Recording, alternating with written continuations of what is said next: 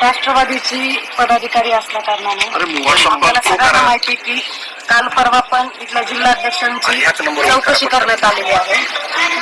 ज्या पोलीस यंत्रणेला ज्या काही माहिती हवी आहे त्या विचारण्याचा प्रयत्न केला आणि माझ्या परीने जे काही सांगता येत आहे तेवढं मी नक्कीच सांगितलं. काय काय विचारलं नेमकं? हे पाच चौकशीतले मुद्दे आपण बाहेर सांगू शकत नाही. ह्या सगळ्या काय म्हणू शकतो आपण, ह्या सगळ्या कॉन्फिडेन्शियल गोष्टी आहेत.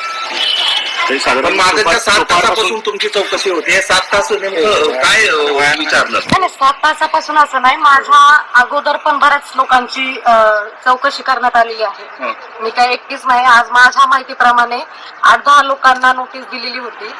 त्याच्यामुळे मला जे काही विचारलेलं आहे हेच की पक्षांतर्गत आम्ही एकत्र काम करत असताना ज्या काही माहिती पोलीस यंत्रणेला पाहिजे असतात त्या आम्ही सांगण्याचा प्रयत्न केला. केवळ आपले पॉलिटिकल संबंध असल्यामुळे तुमच्याशी विचारणा झाली की काही फोनवर कॉन्टॅक्ट झाला होता?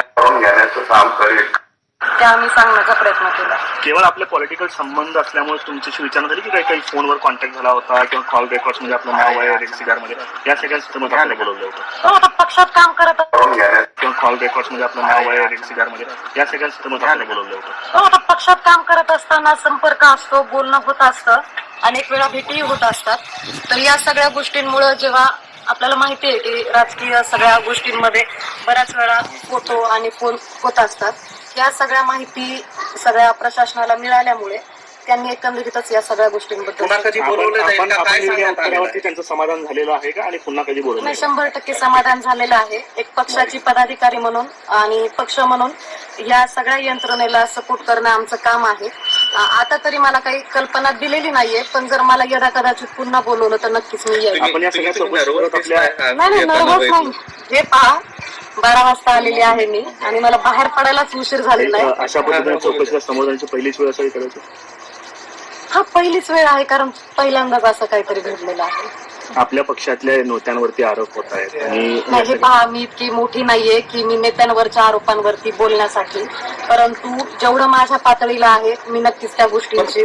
तुम्हाला कशामुळे बोलवण्यात आलेलं होतं? काय मध्ये हे झालं? तेच सुरुवातीला सांगितलं की पक्षाची पदाधिकारी आहेत, जे संबंधित व्यक्ती आहेत ते देखील सगळे पक्षाचेच आहेत. त्याच्यामुळे कुठेतरी माहिती मिळवण्यासाठी की माझ्याकडे काही एकंदरीत माहिती असेल, आणि काल परवा जिल्हाध्यक्षांना बोलवलेलं होतं. माझ्या माहितीप्रमाणे अनेक पदाधिकाऱ्यांना आज बोलवलेलं आहे.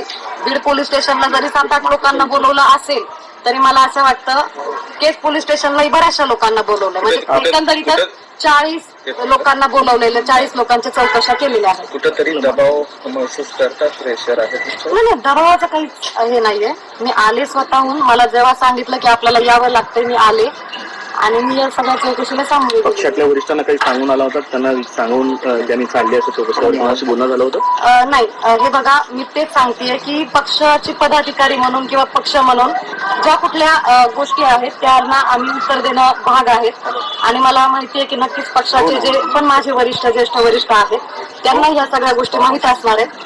त्याच्यामुळे मला काय वाटतं, मी आता जांभूळला यंत्रणाला पुन्हा गरज पडली तर पुन्हा येण्याची तेच सांगितलं तुम्हाला की मला आता तरी काही कळवलेलं नाहीये, पण पुन्हा जर कळवलं तर नक्कीच मी येईल.